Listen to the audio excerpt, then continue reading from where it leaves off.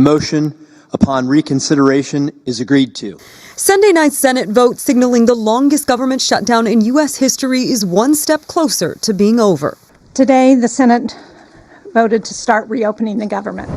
Breaking news tonight, the U.S. Senate takes a key first step toward reopening the government.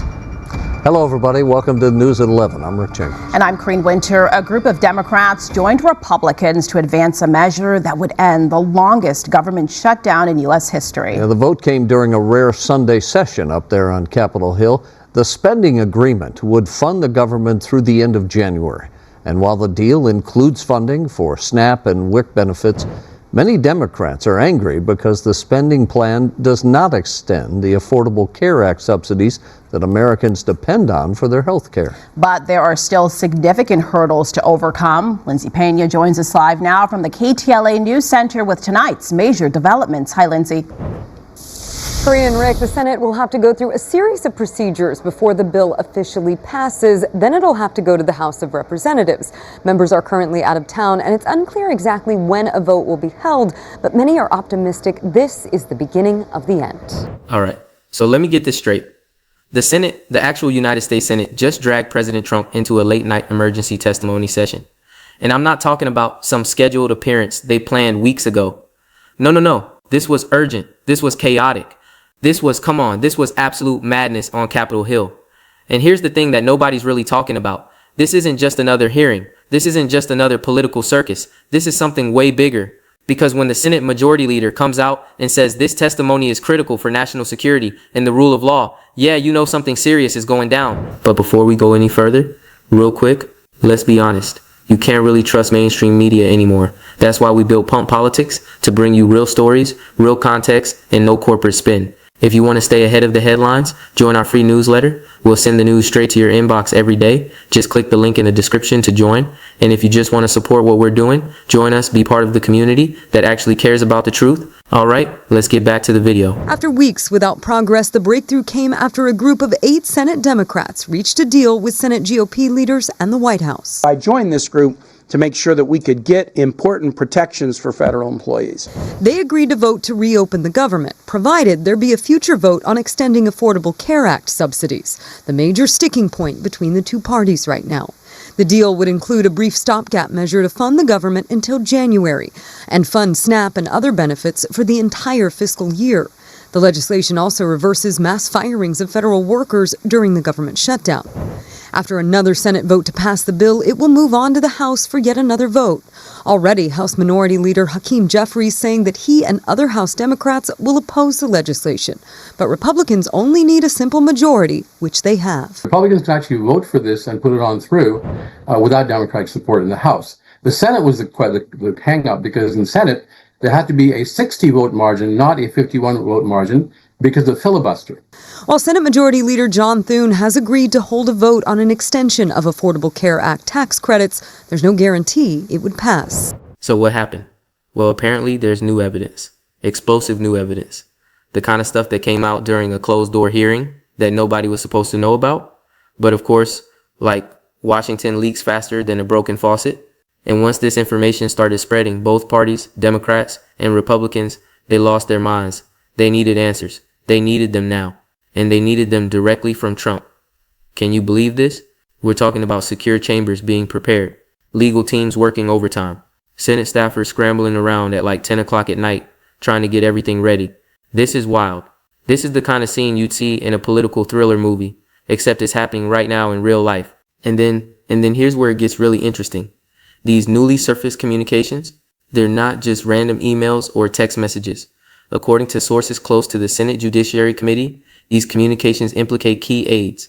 They suggest Trump's involvement in, well, whatever they're investigating was way deeper than anyone previously thought. So naturally, the Senate couldn't wait. They literally could not wait for normal business hours. They summoned Trump for an emergency session to clarify his alleged role. And we're talking about something that happened within the last 48 hours. This is this is happening as we speak. Now, you might be thinking, okay, what's the big deal? Presidents get called to testify. Officials have to answer questions. That's how government works, right? But here's what most people are missing. The timing of this is insane. Absolutely insane. Because this isn't happening in some quiet political moment. This is happening right in the middle of all the debates about presidential immunity, government oversight, the balance of powers, all that stuff that's already dominating the news cycle.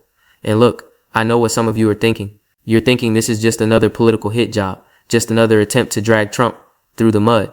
And hey, maybe you're right. Maybe this is exactly that. But here's the problem. When the Senate Majority Leader, regardless of which party they're from, when they come out and use words like national security and rule of law, that changes things. That makes people pay attention. That makes this bigger than just partisan politics. So what we're looking at here is basically a perfect storm. You've got new evidence that nobody saw coming. You've got a Senate in complete uproar. You've got both parties demanding immediate answers. And you've got President Trump being pulled into an emergency late night testimony session like something out of a Hollywood script. And the craziest part, the absolute craziest part, this is all happening while everyone's already talking about future political battles, while political bases are getting energized, while undecided voters are trying to figure out what's real and what's just noise. The timing of this couldn't be more explosive if someone planned it that way. Are you kidding me? Do you understand what this means? This isn't just another news story that's going to fade away in 24 hours. This is the kind of thing that creates lasting headlines. This is the kind of controversy that keeps building and building and building until it becomes something way bigger than where it started.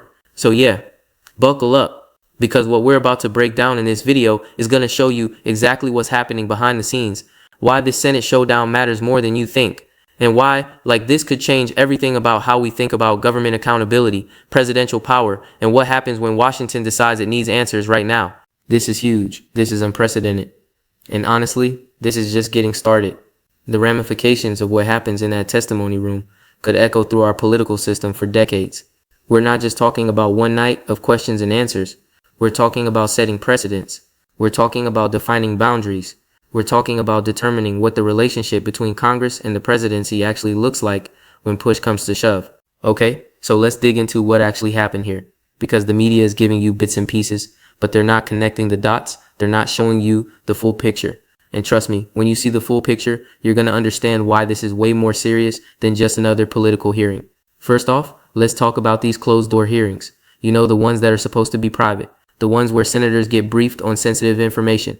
Yeah, well, something came out during one of those hearings that basically blew everything wide open. And according to multiple sources, like people who were actually in the room, this new evidence completely changed the game. Now, what is this evidence? Great question. Because nobody's saying exactly what it is. But here's what we do know.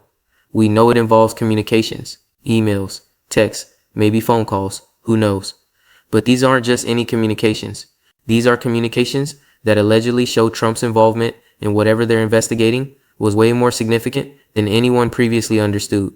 And then get this, these communications also implicate key aides. So we're not just talking about Trump here. We're talking about people in his inner circle. People who were supposedly executing orders or carrying out plans, or look, we don't know all the details yet. But the point is, this isn't just about one person. This is about an entire operation, an entire network of people who were apparently involved in something that has the Senate absolutely freaking out. So what did the Senate do? Well, they did something they almost never do. They called an emergency session.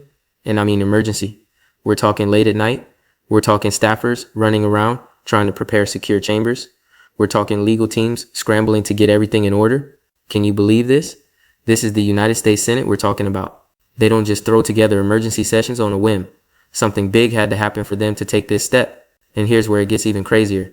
According to reports, both parties were involved in this decision, Democrats and Republicans, which means this isn't just partisan politics as usual. Because if both sides are agreeing that this testimony needs to happen immediately, that tells you something serious is going on. Now, the Senate Majority Leader came out and made a statement, and you got to pay attention to the language here. They said this testimony is critical for national security and the rule of law. National security. Those are big words. Those aren't words you throw around lightly. When you start talking about national security, that means whatever this is about, it's not just some political scandal. It's not just some controversy that's going to blow over.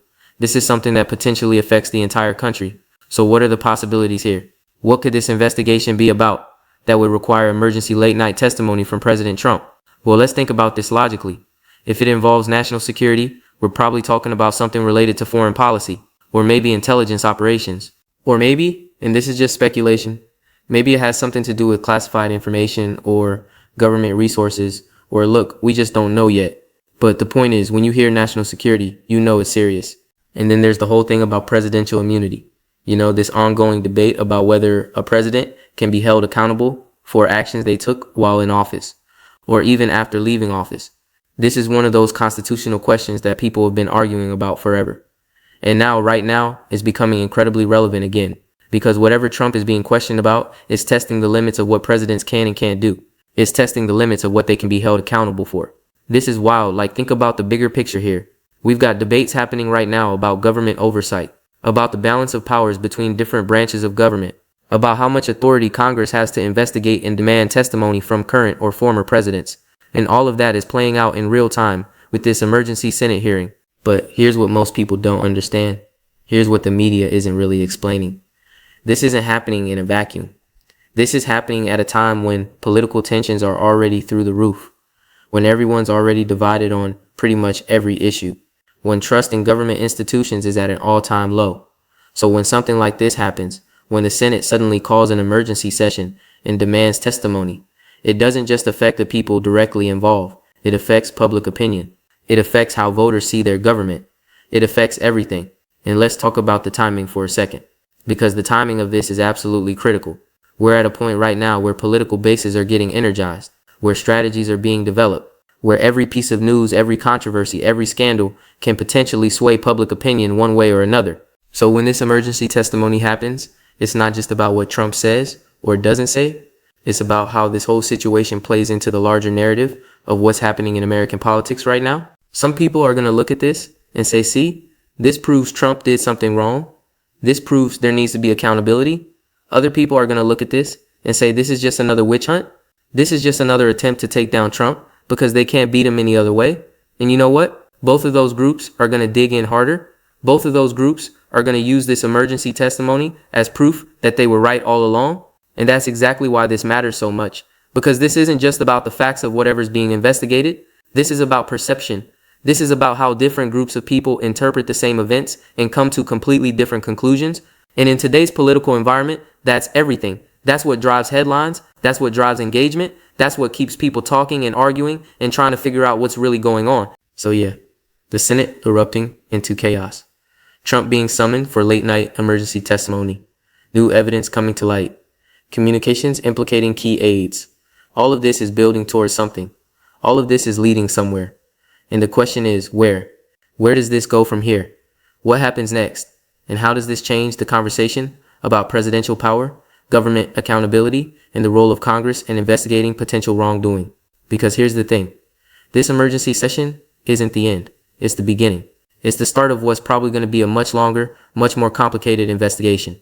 And depending on what comes out of Trump's testimony, depending on what other evidence surfaces, this could go in a million different directions. It could fizzle out and become nothing. Or it could explode into the biggest political controversy we've seen in years.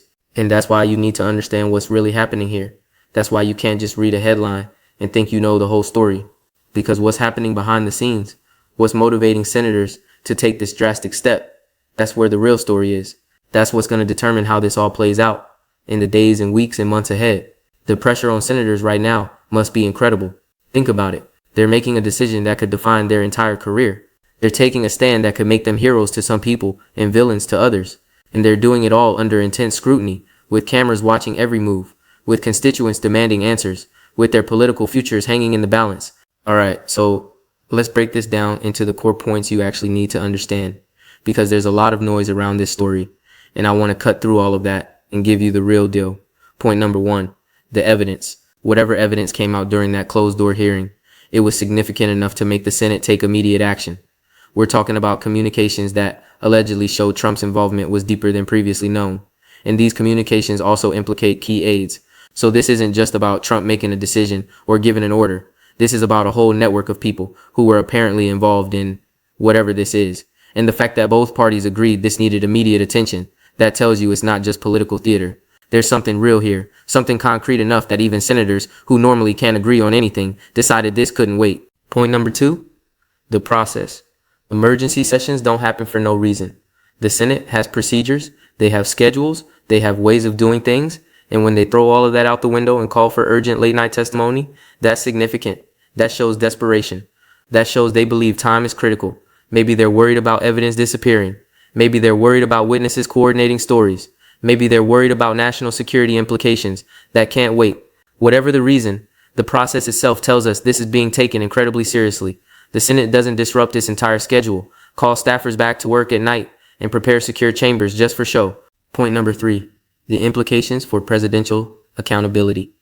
This is where things get really interesting, because what we're seeing here is a direct test of how much power Congress has to investigate and demand answers from presidents.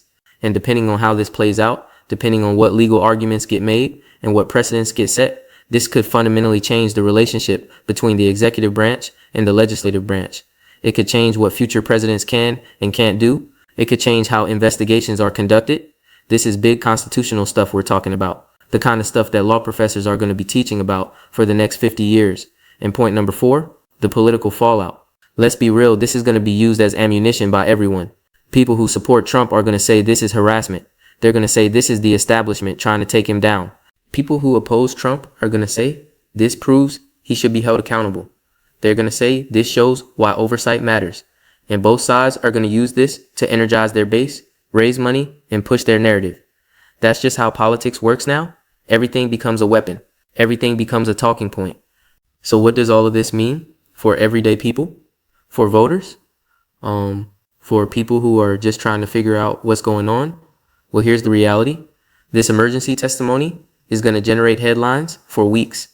Every detail that comes out, every answer Trump gives, every follow-up question senators ask, it's all going to be analyzed and debated and argued about endlessly. And that's going to shape public opinion. That's going to influence how people vote. That's going to determine which candidates benefit and which ones suffer. And here's something most people aren't thinking about. This also affects policy debates, because when you've got a massive controversy like this dominating the news, when everyone's focused on this Senate showdown, other issues get pushed to the side, important legislation gets delayed, real policy discussions get drowned out by the noise, and that has consequences. That affects people's lives in ways they might not even realize. Healthcare bills, infrastructure projects, education funding, all of that takes a back seat when something this dramatic is happening. Now let's talk about what comes next, because this emergency testimony is just the beginning. Depending on what Trump says, depending on how senators react, we could see more hearings. We could see more subpoenas. We could see more investigations opening up. Or, and this is also possible, this could end up being a lot of drama with not much substance. We've seen that before, right? Big buildup, big headlines, and then it just kind of fades away. But here's why I think this one's different. The fact that both parties are involved. The fact that they use language like national security. The fact that they called an emergency session at night. All of that suggests there's real substance here. All of that suggests this isn't just going to disappear quietly. This has legs. This has momentum. And once something like this gets rolling, it's really hard to stop. And for Trump specifically, like this puts him back in the spotlight in a major way. Whether that's good or bad for him depends on your perspective. Some people think any attention is good attention. Some people think this kind of controversy energizes his base. Other people think this damages his credibility and raises questions that voters care about.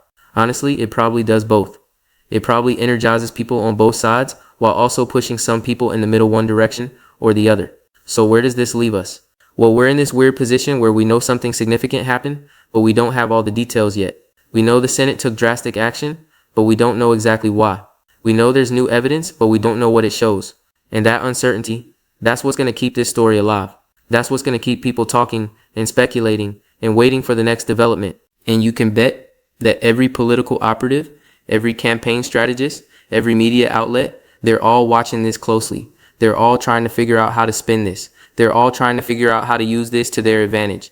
Because in modern politics, everything is a weapon. Everything is an opportunity.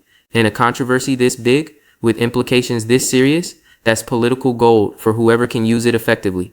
One more thing I want to mention, the rule of law, because that's what this is ultimately about, right? Whether you love Trump or hate Trump, whether you think this is justified or outrageous, at the end of the day, this is about whether powerful people can be held accountable. It's about whether our system of checks and balances actually works. It's about whether Congress can fulfill its oversight responsibilities or whether the executive branch is basically untouchable. And those are questions that matter regardless of who's in office. Those are questions that affect the long-term health of our democracy. So yeah, this is dramatic. This is exciting. This is going to generate tons of content and headlines and debates, but it's also fundamentally about how our government functions, about whether the system we have can handle these kinds of situations, about whether accountability is real or just a concept we talk about but never actually enforce. The founding fathers set up this system of checks and balances for a reason. They wanted to make sure no one branch of government could become too powerful. They wanted to ensure that even the president, the most powerful person in the country, could be held accountable. And right now, we're seeing that system tested in real time. So that's the breakdown. That's what's really going on here. The Senate called an emergency session. Trump was summoned for urgent testimony. New evidence came to light. Both parties are involved. And the implications are massive. For Trump personally, for presidential power going forward, for how investigations are conducted, for public trust in government, for the political landscape heading into the future.